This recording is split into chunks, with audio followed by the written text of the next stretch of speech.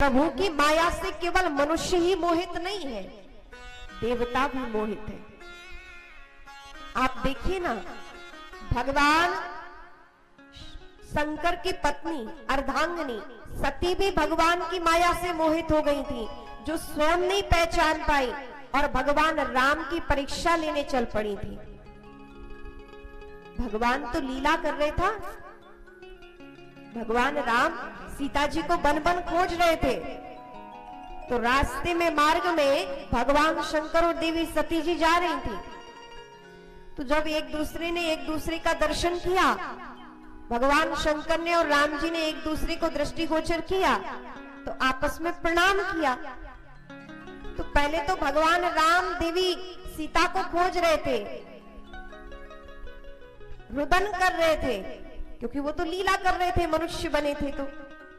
लेकिन जो ही भगवान शंकर दिखे तो प्रभु राम मुस्कुरा उठे एक ही क्षण में, जो भी थोड़ी देर पहले रुदन कर रहे थे, और आपस में प्रणाम हुआ। तो देवी सती को मोह हो गया कि अरे ये तो एक साधारण मनुष्य है जो अपनी स्त्री को खोज रहे हैं, रुदन कर रहे हैं, और हमारे प्रभु इन्हें प्रणाम कर रहे हैं।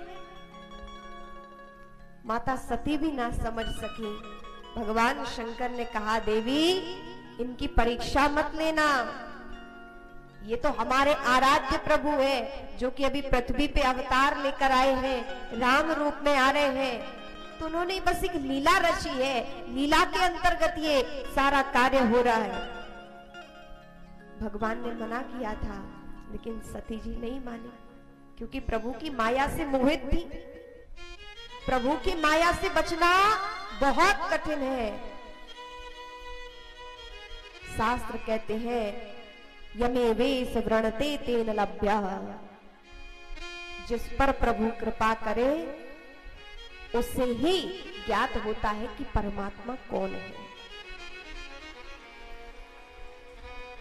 अपितु बिना परमात्मा की कृपा से देवता भी प्रभु को नहीं जान सकते हैं, उनकी माया से देवता भी मोहित रहते हैं। प्रभु को वो ही जान पाता है जा पर कृपा राम की होई। जिस पर प्रभु कृपा कर दे उसको प्रभु अपने आप की उस दिव्य छवि का दर्श करा देते हैं। यहाँ इंद्र भी मोहित है, वो भी नहीं समझ पाए कि कृष्ण कोई साधारण बालक नहीं है, परमात्मा है। और कहते हैं सारे ब्रजवासियों को दंड देने के लिए तत्पर हो गए, मेघों को भेजा, मेघ आए, इतनी बारिश की, क्योंकि प्रलयकालीन यदि मेघ जाएंगे तो फिर क्या कौन सा स्थान बच सकता है।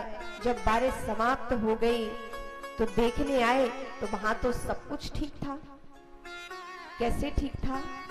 क्योंकि जब बारिश हुई तो भगवान ने कहा, आओ ब्रजवासियों, तुमने गिरिराज पर्वत का पूजन किया है, यही गिरिराज जी हम सबकी रक्षा करेंगे, चलो हम सब गिरिराज जी की शरण में चलते हैं। और भगवान के कहने से सभी गिरिराज जी की शरण में आए हैं। सारी गईये, ग्वाले, नंद बाबा, यशोदा मैया, सभी पशु पक्षी जितने भी ब्रज में जो निवास करते थे, सब गिरिराज जी की शरण में आए।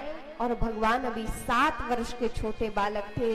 भगवान ने अपनी कनिष्ठ का उंगली में, अंतिम उंगली में भगवान ने उस गिरिराज पर्वत को धारण किया है, मानो एक छत्र के रूप में वह गिरिराज पर्वत हाथ में धारण किया और सारे ब्रजवासियों को उसके नीचे बुला लिया।